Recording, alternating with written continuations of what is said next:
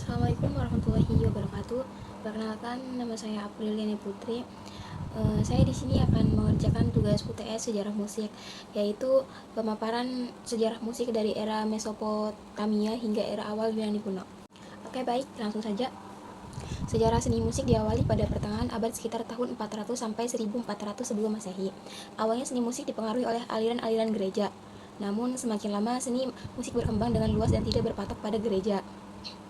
Sebab sampai waktu itu gereja merupakan penyokong utama seluruh kesenian barat, terkhusus di bidang musik. Bahkan pada waktu itu gereja merupakan pusat peradaban barat. Awal mula manusia prasejarah mengenal musik adalah saat mereka mendengar beragam bunyi di alam. Bunyi di alam yang beragam kemudian dikombinasikan menjadi sebuah ritmi dengan alat-alat sederhana yang mereka buat sebagai alat musik. Perkembangan musik barat berlangsung selama beberapa periode.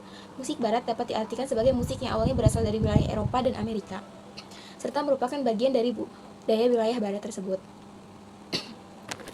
Oke, baik, yang pertama ada zaman Mesopotamia. Asal-usul Mesopotamia adalah kisah tentang banyak peradaban di wilayah di Asia Barat Daya antara sungai Tigris dan Efrat. Disebut sebagai tempat lahirnya peradaban. Penduduk pertama wilayah tersebut adalah bangsa Sumeria yang menciptakan kota-kota pertama di dunia. Didirikan sekitar 6.000 tahun yang lalu. Di antara sekian banyak kontribusi, bangsa Sumeria adalah roda dan sistem penulisan yang paling awal yang dikenal, yaitu aksara paku. Kemudian datanglah bangsa Akkadia, Babilonia, Assyria, dan Kasdim, yang semuanya memperoleh aspek-aspek budaya Sumeria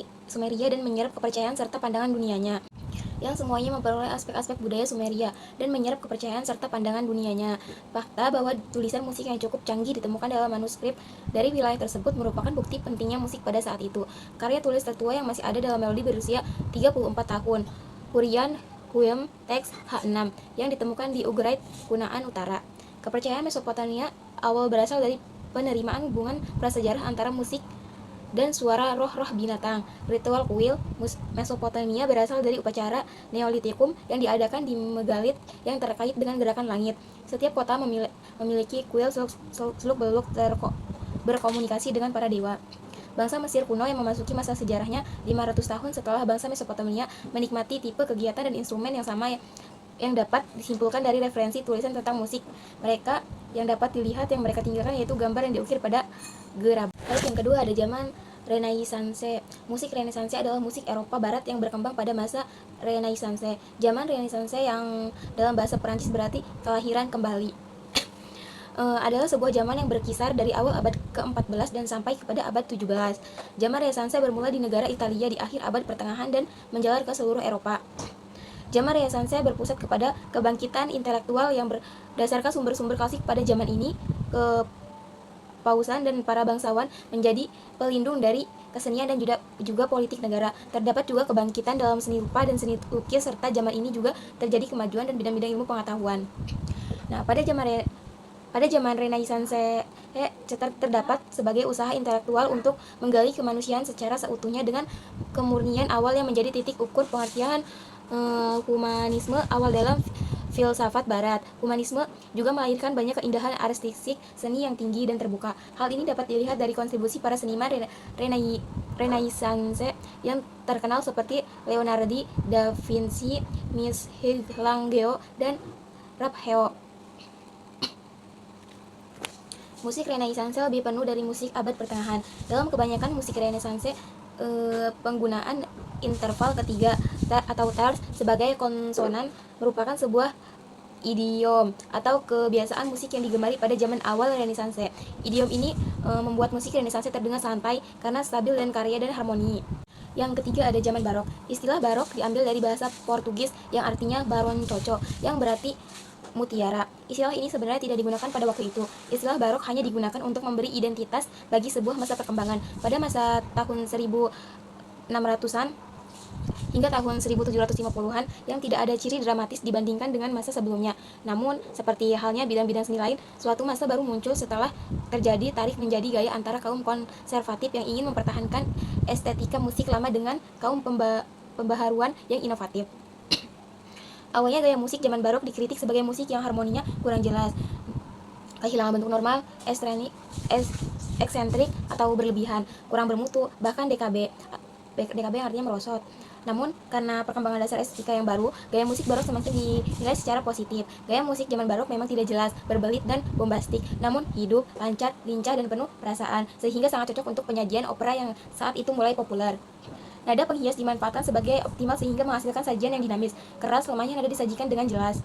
Oke, baik, yang selanjutnya ada zaman klasik. Musik barok adalah musik klasik barat yang diubah pada zaman barok, kira-kira antara tahun 1600 sampai 1750. Kata barok berarti mutiara yang tidak berbentuk wajar. Hal ini sangat cocok dengan seni dan perancangan bangunan pada era itu.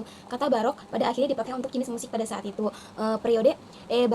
Barok merupakan periode pertama yang menggunakan progresi aktor dalam pembuatan musiknya. Sebenarnya sebelum ini sudah terdapat musik lainnya, akan tetapi di dalam periode tersebut harmoni sebuah lagu hanya berada di dalam satu harmoni yang tetap. Banyak orang mengatakan bahwa periode barok ini dimulai pada sekitar tahun 1600-an dan berakhir pada tahun 1750-an. Hal yang menandakan dimulainya periode barok adalah meninggalnya dua komposisi besar zaman Realisme dan yang bernama Palestrina dan Lassus. Beberapa ciri lain yang menandakan mulainya periode barok ini adalah dengan bermunculannya karya-karya skala yang besar seperti Hal yang menandakan dimulainya periode barok adalah meninggalnya dua komponis besar di zaman Renaissance yang bernama Palestrina dan Lassus. Beberapa ciri lain yang menandakan munculnya periode barok ini adalah dengan bermunculannya karya-karya yang skala yang besar seperti opera, concerto, dan suite. Klasik barat berhubungan erat dengan harmoni. Beberapa hasil karya masa ini merupakan hasil karya yang tidak dapat dibandingkan dengan karya apapun pada masa sebelumnya, seperti kayak karya Beethoven berjudul Fifth Symphony. Hadi dan Mozart adalah musisi yang menjadi kunci di era ini. Di akhir era klasik, musisi mengubah musik dengan tambahan instrumen selain piano seperti klarinet, trombon, dan timpani. Yang selanjutnya ada zaman romantik. Musik era romantik dimulai pada tahun 1815 dan berakhir pada tahun 1910. Walaupun dinamakan era musik romantik, bukan berarti musik di masa ini hanya berisi tentang cinta ataupun cinta yang romantik. Sebenarnya era musik tersebut dinamakan romantik karena dapat menggambarkan adanya ekspresi pada komposisi musik pada jangka waktu tersebut. Lalu, kenapa disebut romantik? Sekali lagi, romantik di sini tidak ada hubungan dengan cinta, namun karya-karya komposisi musik yang lebih bergairah dan jauh lebih ekspresif daripada era-era sebelumnya. Dapat dikatakan bahwa berkembangnya musik romantis sebagai ungkapan perasaan perseorangan. Karakteristik utama dari musik romantis sendiri adalah kebebasan lebih dalam bentuk musik dan ekspresi emosi serta imajinasi dan konser. Lalu ukuran dari orkestra yang menjadi semakin besar dan bahkan bisa disebut raksasa dibanding sebelumnya. Hasil karya daripada komposer juga menjadi semakin kaya akan variasi dari mulai lagu hingga karya pendek dan piano dan diakhiri dramatis. Oke, yang selanjutnya ada zaman modern atau kontemporer.